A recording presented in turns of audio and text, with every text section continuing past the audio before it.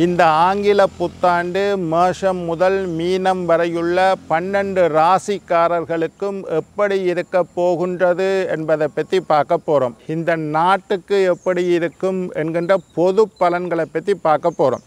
முதலாவது, தங்கத்தின் விலை அதிகரிக்கும். ஏற்கனவே தங்கம் நிறைய விலையாக இருக்கும். ஆனாலும் ஜோதிட ரீதியாக இந்த 2025 தங்கத்தின் விலை அதிகரித்து காணப்படும். மனிதர்களுக்கு வக்கிர புத்தி அதிகரித்து காணப்படும். நல்ல புத்தி இல்லாமல் தவறான தீய குரோத எண்ணம் கொண்ட வக்கிர புத்தி அதிகரித்து காணப்படும்.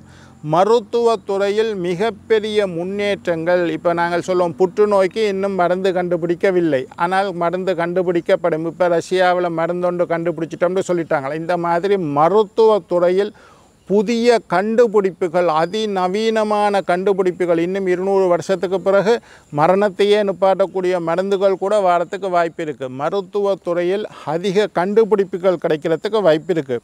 தரமற்ற கலப்பட பொருட்கள் அதிகரித்து காணப்படும். பொருள்களில் கலப்படங்கள் அதிகரித்து காணப்படும். விண்வெளித்துறையில் அதிகமான வளர்ச்சி ஏற்படும். விண்வெளியில் புதிய புதிய கண்டுபிடிப்புகள் எல்லாம் கண்டுபிடிக்கப்படும். அரசியலில், இலங்கை அரசியலை பொறுத்தவரையில் புதிய கூட்டணிகள் வாரத்துக்கு வாய்ப்பு இருக்குது. புது புது நாங்கள் இணையாது என்று நினைத்த கட்சிகள் கூட இணையறதுக்கு வாய்ப்பு இருக்குது. ஆன்மீகத்திலையும் புதிய ஈடுபாடுகள் அதிகரிக்கும்.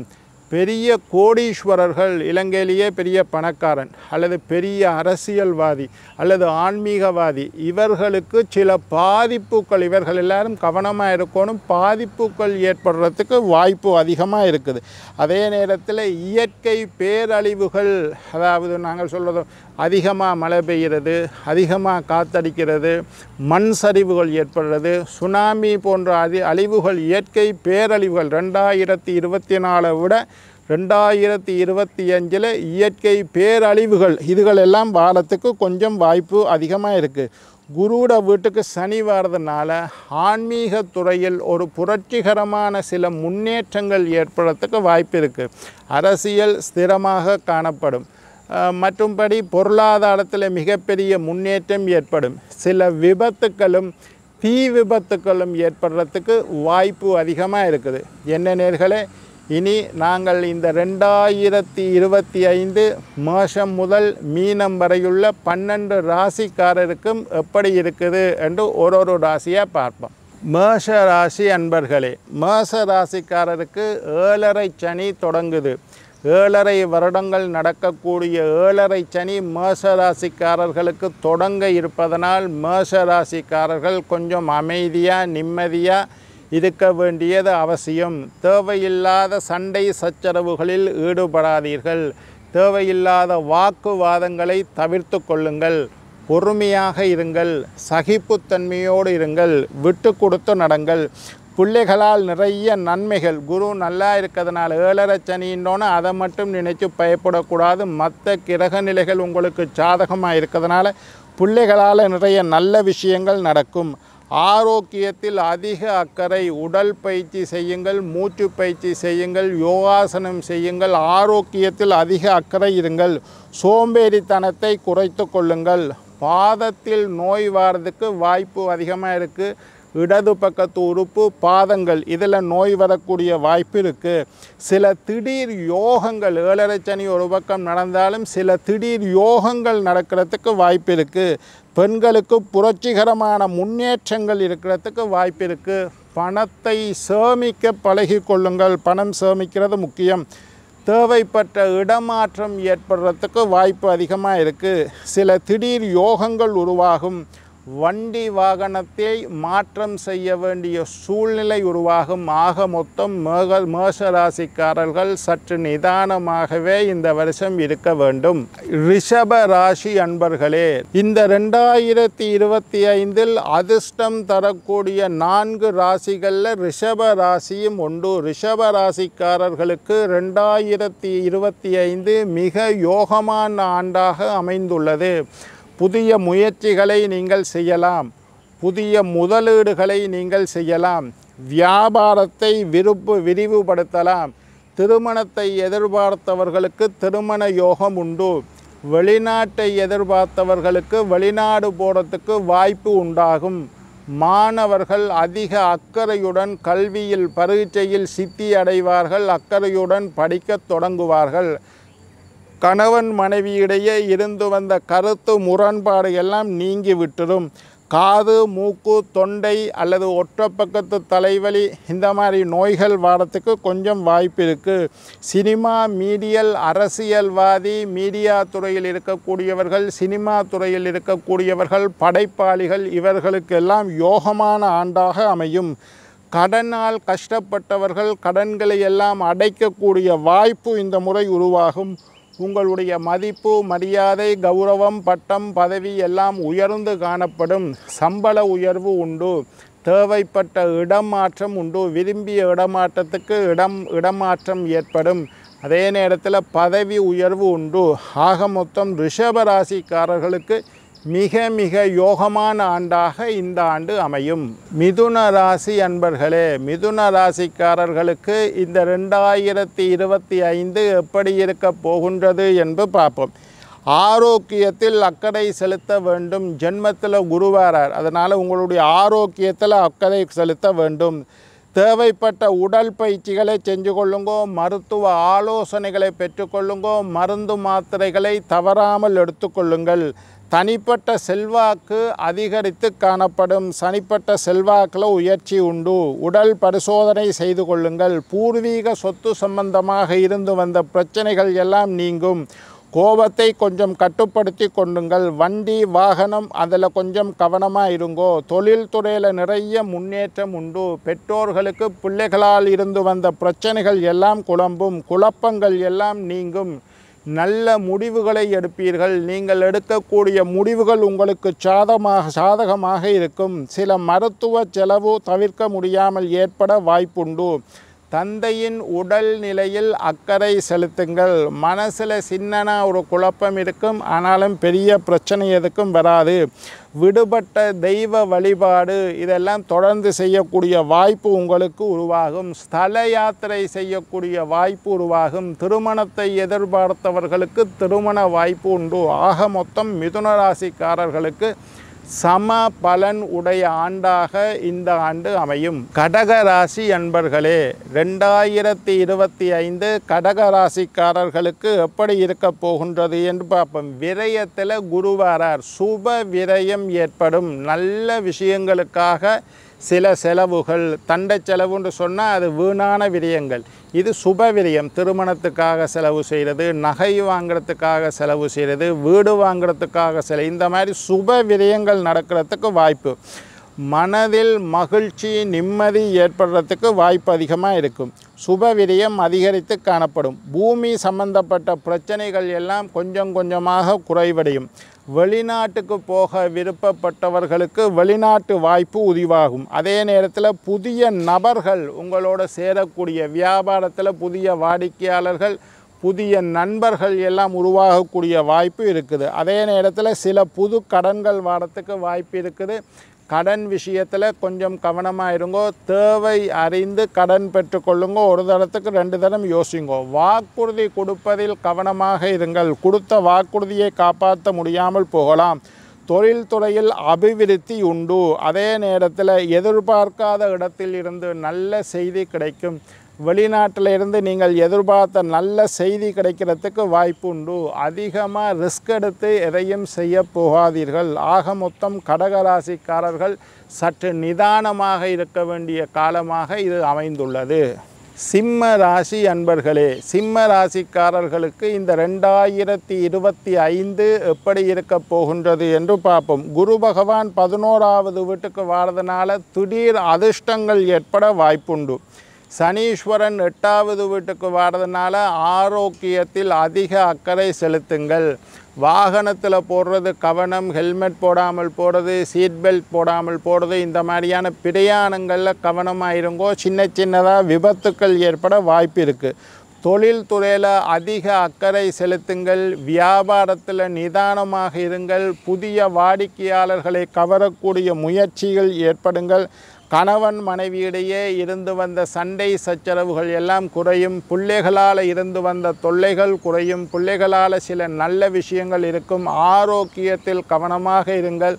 உடல் பயிற்சி செய்யுங்கள், தேவைப்பட்ட மருத்துவ பரிசோதனைகள் எல்லாம் செய்து கொள்ளுங்கள், தொழிலில் அதிக கவனமாக இருங்கோ. அதே நேரத்தில் தவறான முடிவுகள் எடுக்க வேண்டிய சூழ்நிலைகள் உருவாகும். தேவையற்ற யோசனைகள் எதை மறக்கணும்னு நினைக்கிறீங்களோ அதைத்தான் யோசிச்சு கொண்டு இருப்பீங்கள். எது கவலை தருமோ அந்த விஷயம் அடிக்கடி உங்களுடைய நினைவில் வரும்.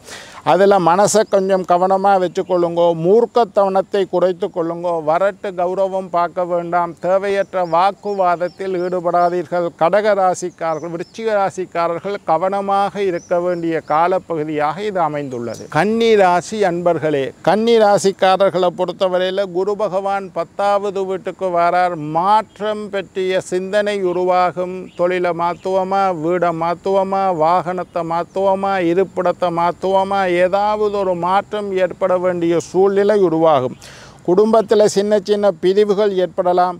குடும்ப பிரச்சனைகள், சனீஸ்வரன் 7வது வீட்டில் இருக்கிறதுனால கணவன் மனைவி விட்டு கொடுத்து நடங்கோ. தேவையற்ற வாக்குவாதத்தில் ஈடுபடாதீர்கள். கணவன் மனைவி உறவை பாதிக்கக்கூடிய வாய்ப்பு உருவாகுது.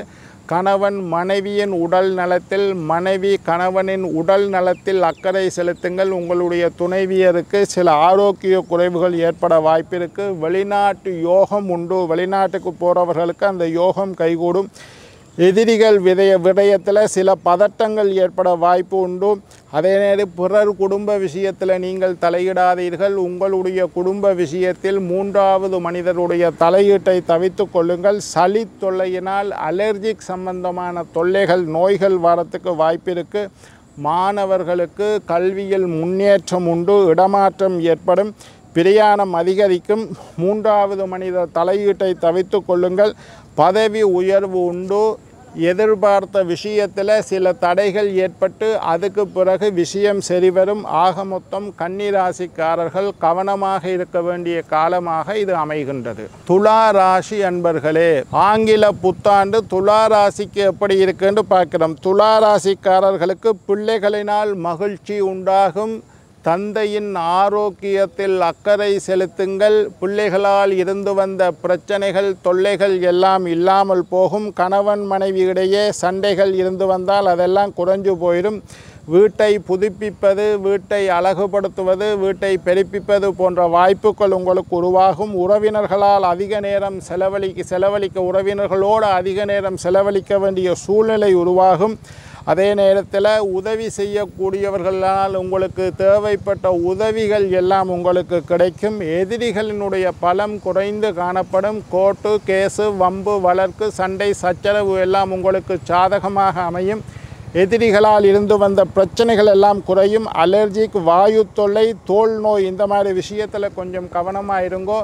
திருமணத்தில் இருந்து வந்த தடைகள் எல்லாம் நீங்கும். பெற்றோர்களின் தேக ஆரோக்கியத்தில் கவனம் செலுத்துங்கள். தந்தையின் உடல் நலத்தில் அக்கறை செலுத்துங்கள்.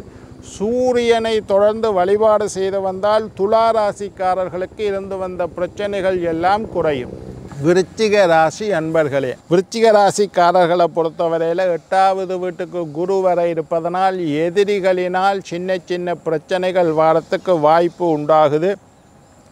உங்களோட கதைச்சு பேசி சிரித்து உங்களுக்கு முதுகுல குத்துற கூட்டம் உங்களோட இருக்கும். ஆரோக்கியத்தில் அதிக அக்கறை செலுத்துங்கள். மனசில் நிம்மதி குறைந்து காணப்படும்.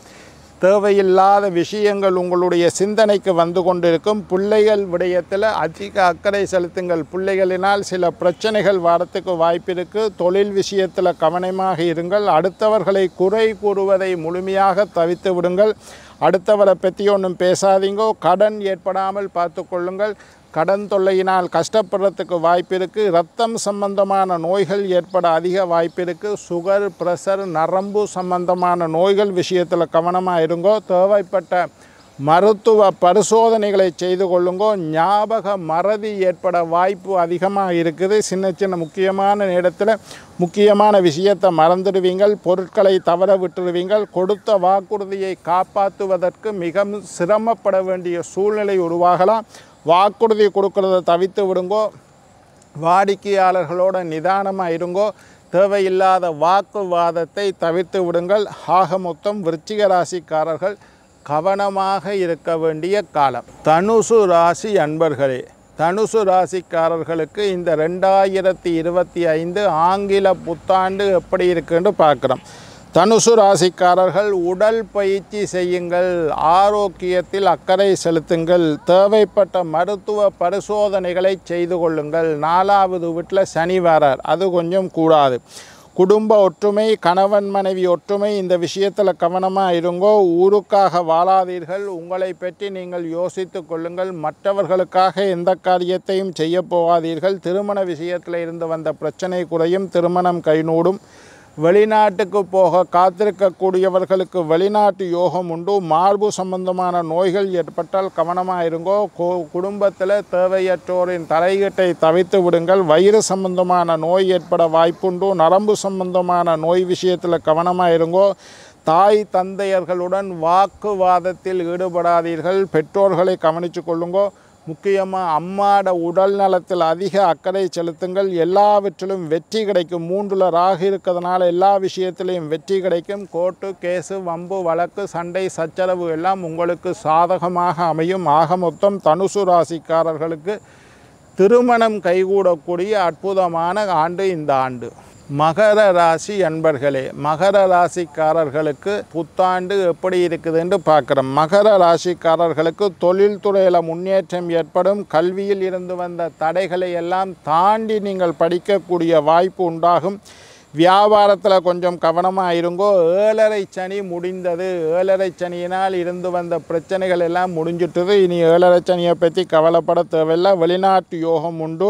அதே நேரத்தில் எதிரிகளினுடைய பலம் குறைந்து காணப்படும். எதிரிகளை வெல்லக்கூடிய ஆற்றல் உங்களுக்கு உண்டு. அரச பதவி கிடைக்கும். வெளிநாட்டு யோகம் உருவாகும். பயணம் செய்யும் போது கொஞ்சம் கவனமாக இருங்கோ. எதிரிகளினுடைய பலம் குறைந்து காணப்படும். அதே நேரத்தில் நீங்கள் வண்டி வாகனத்தில் செல்லும்போது கொஞ்சம் கவனமாக இருங்கோ. சனீஸ்வரன் தைரிய ஸ்தானத்தில் இருக்கிறதுனால தைரியமாக காணப்படுவீர்கள். சகோதரர்களால் இருந்து வந்த பிரச்சனைகள் குறையும். சகோதரர்களுடைய ஒற்றுமை இருக்கும். மீடியா, அரசியல்வாதி, படைப்பாளிகளுக்கு நன்மை தரக்கூடிய ஆண்டாக அமையும்.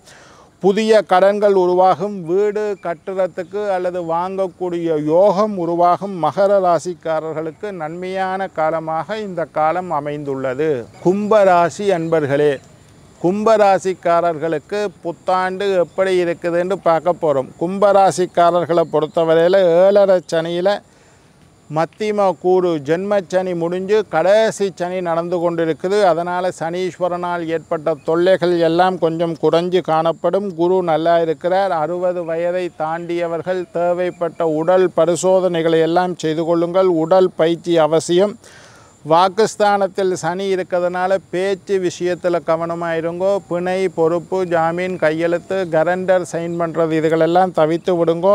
வயிறு சம்பந்தமான நோய்கள் ஏற்பட வாய்ப்பு இருக்குது. பிள்ளைகளுக்கு சுபகாரியங்கள் நடக்கக்கூடிய வாய்ப்பு இருக்குது. பிள்ளைகளால் இருந்து வந்த பிரச்சனைகள் குறையும். பிள்ளைகளுக்கு திருமண விஷயம் அல்லது கல்வி அல்லது ஆரோக்கியத்தில் இருந்து வந்த தடைகள் எல்லாம் நீங்கும். நண்பர்கள் பகை நீங்கும். நண்பர்கள் சேர்வார்கள். உறவினர்களுக்குள்ளே இருந்து வந்த பிரச்சனையெல்லாம் குறையும். மன அழுத்தம் இல்லாமல் போயிடும். தேவையற்ற யோசனைகள் சிலது வாரத்துக்கு வாய்ப்பு இருக்குது. வியாபாரத்தில் விருத்தி உண்டாகும். தடைகள் இருந்து வந்த தடைகள் நீங்கும். தடைப்பட்ட காரியங்கள் எல்லாம் நிறைவேறும். சொத்து பிரச்சனைகள் எல்லாம் முடிவுக்கு வரும். பிள்ளைகள் விடயத்தில் இருந்து வந்த பிரச்சனைகள் எல்லாம் குறையும். பிள்ளைகளால் நன்மை ஏற்படும். ஆக மொத்தம் கும்பராசிக்காரர்களுக்கு நன்மையான காலமாக அமைந்துள்ளது. மீன ராசி அன்பர்களே, மீன ராசிக்காரர்களுக்கு பிறந்திருக்கக்கூடிய இந்த 2025 ஆங்கில புத்தாண்டு எப்படி இருக்குன்னு பார்க்குறோம். ஜென்ம சனி வந்து விட்டது. கவனமாக இருங்கள், நிதானமாக இருங்கள், விட்டு கொடுத்து நடங்கள், வம்பு சண்டைக்கு போகாதீர்கள், தேவையற்ற விஷயத்தில் தலையிடாதீர்கள். 3வது மனிதருடைய தலையீட்டை தவிர்த்து கொள்ளுங்கள். நீங்களும் மற்றவர்கள் விஷயத்தில் தலையிடாதீர்கள். உடல் பயிற்சி அவசியமாக செய்யுங்கள். தொழிலில் சில முன்னேற்றம் இருக்குது. வியாபாரத்தில் அதிக கவனம் செலுத்துங்கள். வண்டி வாகனத்தை மாற்ற வேண்டிய சூழ்நிலை உருவாகும். வாகனத்தில் போகக்குள்ள பிரயாணத்தின் போது கவனமாக இருங்கள். எதிலும் பொறுமை, சகிப்புத்தன்மை விட்டு கொடுத்து நடந்து கொள்ளுங்கள். செல்வாக்கில் சரிவு ஏற்பட வாய்ப்பு அதிகமாக உள்ளது. ரிஸ்க் எடுத்து எந்த செயலையும் செய்ய போகாதீர்கள். இடது பக்கம் அடிவயிறு, கால், பாதம் இதில் நோய் வாரத்துக்கு வாய்ப்பு இருக்குது. மற்றவர்களை நம்புகிற விஷயத்தில் கொஞ்சம் கவனமாக இருங்கோ. அதே நேரத்தில் எதிரிகளை வெல்லக்கூடிய ஆற்றல் உங்களுக்கு உருவாகும். கடன் விஷயத்தில் கவனமாக இருங்கள். கடன் பட வேண்டிய சூழ்நிலை உருவாகும். கீழ் வேலை செய்யக்கூடியவர்களால் சில பிரச்சனைகள் உருவாக வாய்ப்புண்டு. பெற்றோர்களுடைய தேக ஆரோக்கியத்தில் கவனமாக இருங்கள். தேவைப்பட்ட மருத்துவ பரிசோதனைகளை செய்து கொள்ளுங்கள். ஆக மொத்தம் மீன ராசிக்காரர்கள் கவனமாக இருக்க வேண்டிய காலமாக இது அமைகின்றது.